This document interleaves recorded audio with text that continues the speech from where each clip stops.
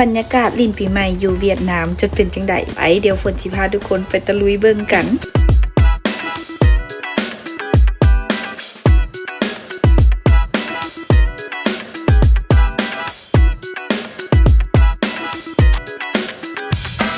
ก่อนอื่นก็ขอทักทายสบายดีปีใหม่สาวซ่องที่น่าหักของฝนทุกๆคนสำหรับการลิ้นปีใหม่ของฝนปีนี้ก็ได้ลิ้นอยู่เวียดนามคือเก่าแต่สิ่งที่ขาดบ่ได้ในทุกๆปีที่ว่าฝนเฮ็ดผ่านมานั่นก็คือการครอบสมมาพระในเฮือนก่อนถึงตูสิอยู่ไกลก็บ่แม่นอุปสรรคเนาะทุกคนสมมานี่ก็สมมาทางออนไลน์ไปเลยและปีนี้ก็สิขอรับโชครับไซรับพรจากพระในเฮือนก่อนให้มีความสบายใจและเป็นสิริมงคลให้กับตัวเองแล้วภารกิจหลังจากครอบพระหับพรแล้วทำอิฐของการลิ้นปีใหม่ของฝนอยู่เวียดนามนี่ก็เริ่มเลยสำหรับการลิ้นปีใหม่อยู่เวียดนามของฝนส่วนหลายก็จะเป็นการไปแต่ละโรงเรียนที่มีอ้ายเอ้ยน้องคนลาวเฮาเรียนอยู่แต่ละโรงเรียนนั้นๆการไปนี่ก็ถือว่าเป็นการพบหน้าพบตาคนลาวน้ำกันได้เห็นหน้าพ่อตากระซ้ำคนในครอบครัวและการลิ้นปีใหม่อยู่นี่ก็บ่มีไผน้อยหน้าไผปีหนึ่งมีเท่านึงความว่าคิดฮอดบ้านผู้ใดก็จัดนักจัดเต็มมีทางแป้งมีทางเปียกมาครบสุดซ้ำอยู่บ้านเฮาเลยความมวลนี่ก็บ่ให้ว่าบรรยายบ่ได้ก็จนว่าพากันลืมกินข้าวได้พากันแบกหอบของกินมาแบบนี้ปั้นคนละปั้น2ปั้นพอให้มันมีแนวอยู่ท้องได้ไปเต้นได้ไปม่วนต่อปีใหม่ลาวก็สิขาดการร้องเพลงลาวเซิงเพลงลาวนี่ก็เป็นไปบ่ได้เลยต้องได้พากันมาจัดห้องคนละเพลง2เพลงแต่ที่เอามาให้เบิ่งหันบ่แม่นฝนเด้อคันฝนห้องนี่ย่านทุกคนฟังบ่ได้เลย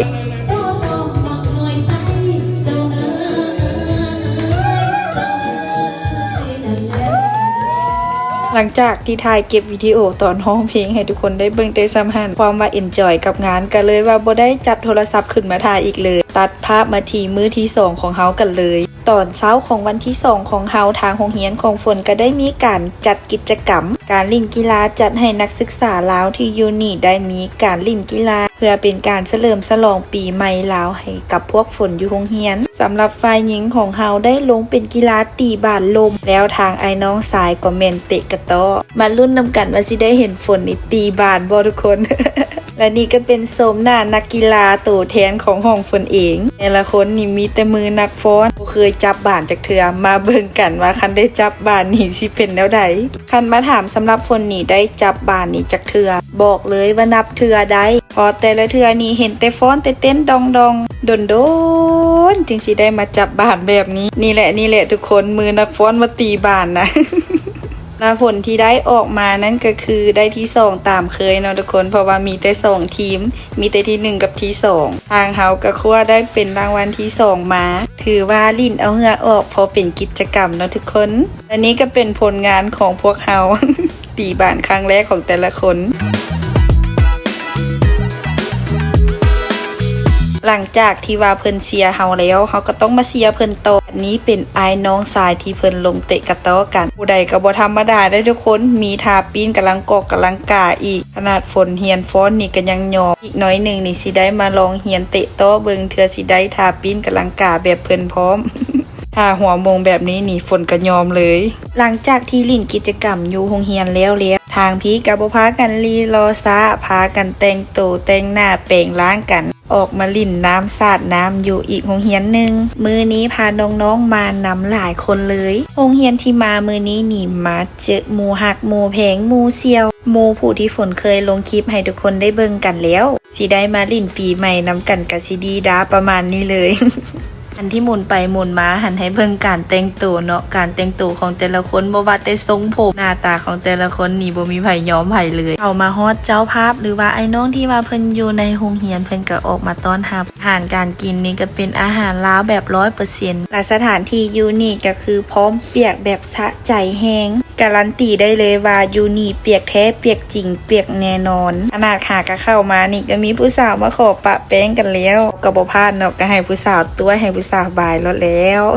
แต่ก่อนที่จะเริ่มลิ้นเฮาก็ได้มารายงานตัวให้เจ้าภาพเพิ่นฮู้ก่อนมาทางเฮานี่ได้มาฮอตแล้วและนี่ก็เป็นโสมหน้าโสมตาสมาชิกเฮาทั้งหมดที่มาพร้อมกันในมื้อนี้ลองให้ทุกคนเม้นมาว่าทรงผมของแต่ละคนนี่ผู้ใดเฮ็ดดนสุด หลังจากที่รายงานตัวแล้วภาพต่อไปนี่ก็คือมีแต่ความมวนความมันมีแต่พร้อมเปียกอย่างเดียวฝนก็สิค่อยๆเก็บเอาบรรยากาศมาให้ทุกคนได้เบิ่งนำกันเด้อ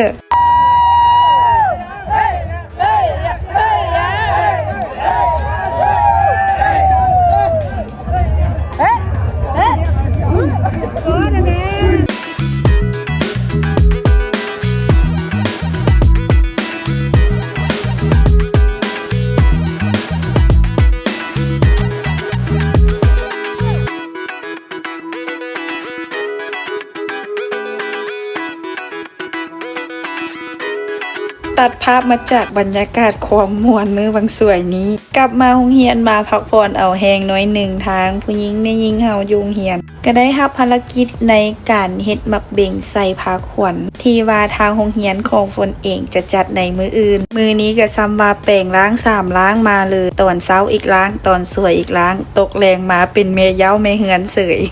สรุปมื้อที่2ของเฮาก็จบอยู่ที่การจัดมักเบ่งไปเบิ่งบรรยากาศมื้อที่3บุญบ้านเฮากันตัดภาพวาบมาตอนแรงของมื้อที่3ต่อเลยสำหรับทางโรงเรียนของฝนนี่ได้จัดเป็นช่วงตอนแรงให้ตอนเช้านี่ก็เป็นช่วงที่ว่าพวกเฮาได้กะเกี่ยมผ้าขวัญขึ้นโต๊ะจัดโต๊ะจัดตั้งเฮ็ดของอยู่แนวกินเสริมใส่อาหารขึ้นโต๊ะเพื่อรับแขกรับคนรับครูอาจารย์ที่ว่าเพิ่นจะมาร่วมบาสีสู่ขวัญและก็ร่วมกินเลี้ยงนำเฮาในมื้อนี้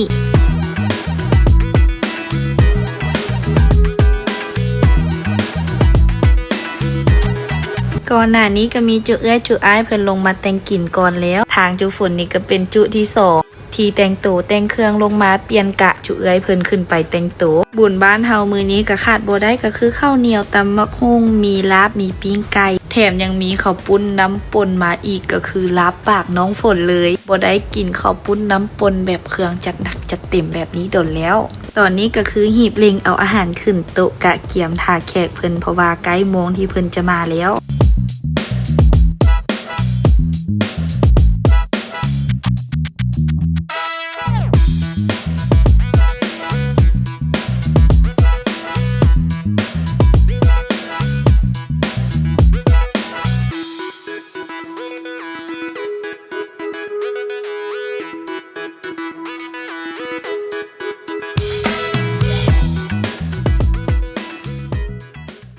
หลังจากที่แขกได้อำนวยการลงมาก่อนที่จะเริ่มเข้าพิธีสู่ขวัญมัดแขนทางโรงเรียนเพิ่นก็ได้มีการมอบรางวัลให้นักกีฬาแต่ละทีมที่ลงแข่งขันกีฬาของมื้อวานนี้หลังจากมอบรางวัลเป็นที่เรียบร้อยก็เริ่มเข้าสู่การสู่ขวัญมัดแขนกันเลยการสู่ขวัญมัดคอต่อแขนอยู่ต่างประเทศนี่ก็เป็นอีกพิธีหนึ่งที่เฮ็ดให้คนลาวอยู่ต่างประเทศคือฝนนี่มีความอุ่นอกอุ่นใจมีบอนยึดเหนี่ยวจิตใจรับรู้ได้ถึงความอบอุ่นความสามัคคีของไอ้น้องลาวเฮาที่อยู่ร่วมกันในต่างประเทศ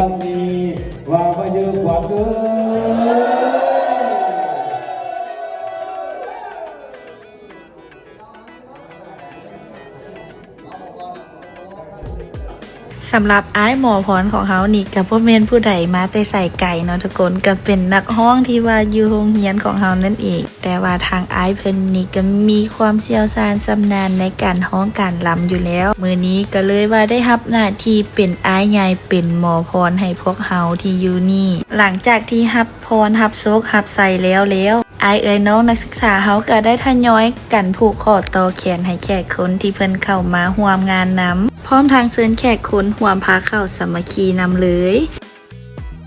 เริ่มพากันกินอิ่มอยู่ท้องได้หน่อยหนึ่งก็ได้มีการพาย่อยโดยการขึ้นมาฟ้อนลำวงฮอบปฐมฤกษ์เชิญครูอาจารย์เชิญแขกที่มาร่วมงานฟ้อนลำวงเกี่ยวกันแน่จากฮอบ2ฮอบผู้สิต่ำผู้สิยวกก็มีมาฮอดตอนนี้แต่ละคนนี่ก็เริ่มพากันเอนจอยกับงานแล้วถึงว่างานของเฮานี่สิจัดอยู่ในห้องในโฮมแต่ว่าปีใหม่ถ้าบ่สาดน้ำถ้าบ่รดน้ำก็เป็นไปบ่ได้ไผมาปีใหม่ก็ต้องได้รดน้ำสาดน้ำเพื่อได้รับความหมายมั่นความสุขดีหลังจากนี้จะบ่แม่นฮอบลำวงธรรมดาและคนที่ขึ้นมาหน้าเวทีเริ่มพากันออกสเต็ปแดนกันแล้วเดี๋ยวฝนสิพาทุกคนไปเบิ่งบรรยากาศออกสเต็ปแดนของแต่ละคนกัน